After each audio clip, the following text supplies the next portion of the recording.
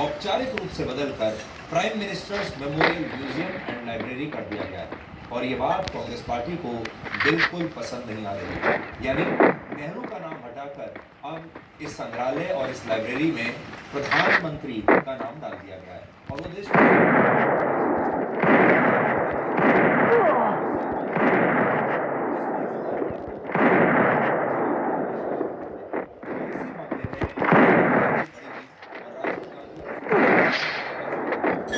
इसका नाम बदलने के बाद अब कांग्रेस पार्टी का ये कहना है ये सब कुछ पंडित नेहरू की स्मृतियों और उनका नाम मिटाने के लिए किया जा रहा है और इसके पीछे प्रधानमंत्री मोदी की अपनी सोच है।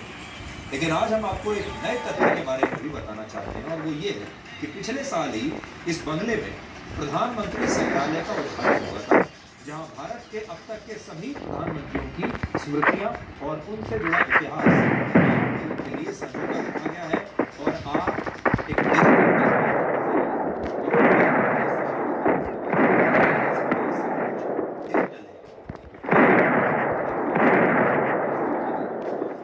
जिसके तहत यहाँ आने वाले पसंदीदा प्रधानमंत्री के साथ एक डिजिटल सेल्फी ले सकते हैं। और आपको जानकर हैरानी होगी कि अब आप देखिए ये वो फ्रेम है जहां आप अपने किसी भी पसंद के प्रधानमंत्री के साथ बैठकर फोटो ले सकते हैं। ये देखिए और इसमें आपके पास ऑप्शन है कि आप चाहें तो प्रधानमंत्री मोदी के साथ ले सकते हैं, अगर मनमोहन सिंह आपके फेवरेट हैं तो उनके साथ ले सकते हैं, आप इंदिरा गांधी के साथ भी ले सकते हैं, पंडित नेहरू के साथ भी ले सकते हैं, के साथ भी ले सकते हैं, राजीव गांधी के साथ भी ले सकते हैं। यानी ये सारे विकल्प आपके सामने हैं। जो भी पसंदीदा नेता है आप उस नेता के साथ बैठकर इस म्यूजियम में अपनी तस्वीर ले सकते हैं। अब आप ये जरूर जानना चाहेंगे कि भाई ये बताइए कि अब तक आम जनता में से सबसे ज्यादा किस नेता के साथ लोगों ने तस्वीर खींची है। तो आपको जानकर हैरानी होगी कि यहाँ आने वाले 90% लोग वो हैं जो टिकट लेकर भारत के मौजूदा प्रधानमंत्री नरेंद्र मोदी के साथ ये डिजिटल सेल्फी लेते हैं या ये तस्वीर लेते हैं। 90% लोगों ने प्रधानमंत्री मोदी के साथ अपनी फोटो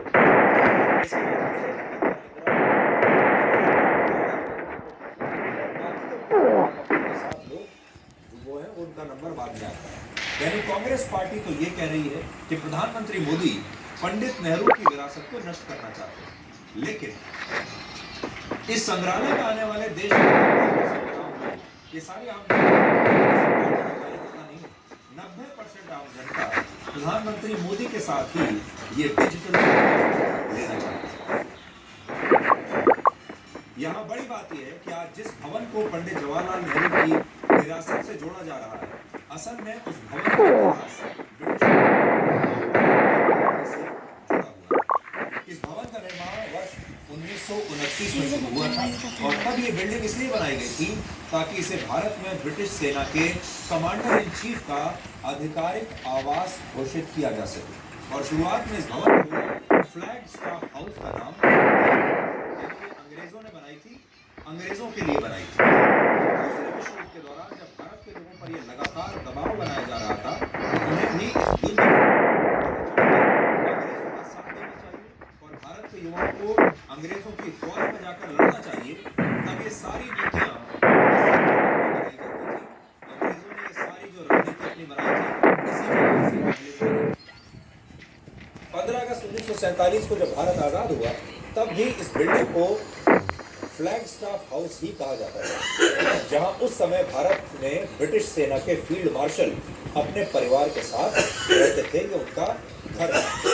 लेकिन आजादी के बाद जब ये भवन खाली हो गया तो वर्ष 1947 के अंत में यह तय हुआ कि देश के पहले प्रधानमंत्री जवाहरलाल आधिकारिक आवास बनाएंगे और वो यहाँ पर अगले ही कुछ महीनों में शिफ्ट भी हो जाएंगे। यानी ये उस जमाने का प्राइम मिनिस्टर्स हाउस था, प्रधानमंत्री आवास उस जमाने का ये बंगला था।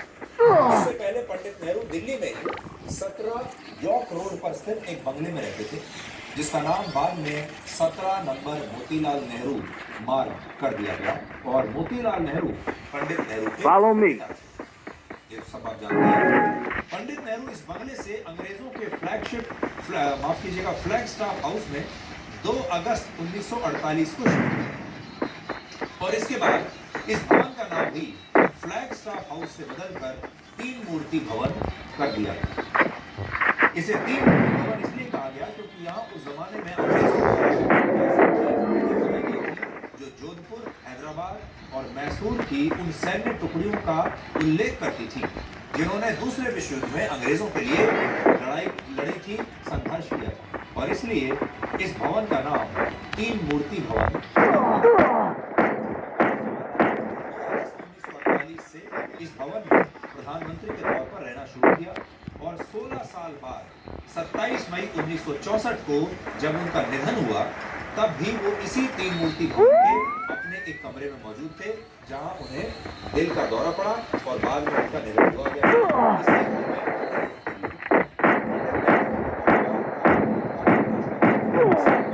कृष्णन ने इस 3 मूर्ति भवन को पंडित नेहरू को समर्पित करने का फैसला किया और इसे एक संग्रहालय में तब्दील कर दिया गया और इसके बाद वर्ष 1996 में यहाँ नेहरू मेमोरियल लाइब्रेरी की शुरुआत की गई जिसका औपचारिक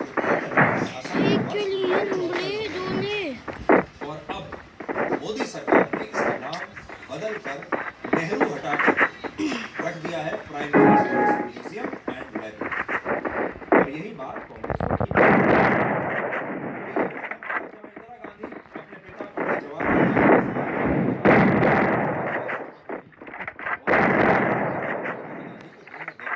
संजय गांधी और राजीव गांधी का बचपन देखा।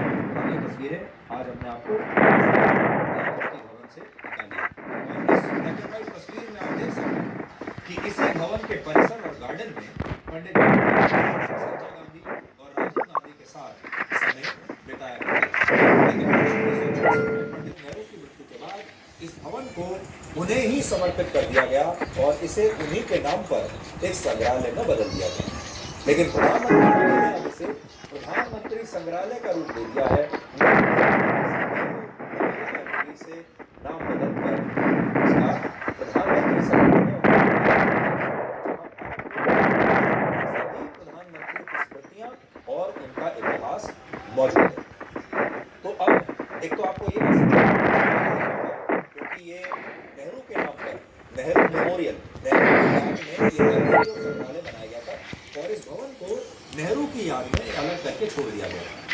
लेकिन अब प्रधानमंत्री मोदी की सोच ये थी कि सिर्फ एक प्रधानमंत्री की यादें क्यों इस भवन में रखी जाएं। भारत के कितने सारे प्रधानमंत्री थे तो सभी प्रधानमंत्रियों का एक अलग संग्रहालय होना चाहिए और इसलिए सिर्फ नेहरू से हटाकर इसे सब प्रधानमंत्रियों को समर्पित कर दिया गया। अब नाम बदलने की इस प्रक्रिया से आप सहमत हैं या नहीं, ये फैसला आज हम आप पर छोड़ते हैं, लेकिन इस पर कांग्रेस पार्टी और बाकी सुनवा दें। It's rather petty to take away the name of the first Prime Minister who led the independence, who was Prime Minister upon independence, who's so far the longest serving Prime Minister at 17 years. Continued calling it the Prime Minister's Museum. You don't have to refuse to add other Prime Ministers, you can put that, but also Nehru ji को छोड़कर सबसे allergy थी हमारे प्रधानमंत्री की लोकतांत्रिक सोच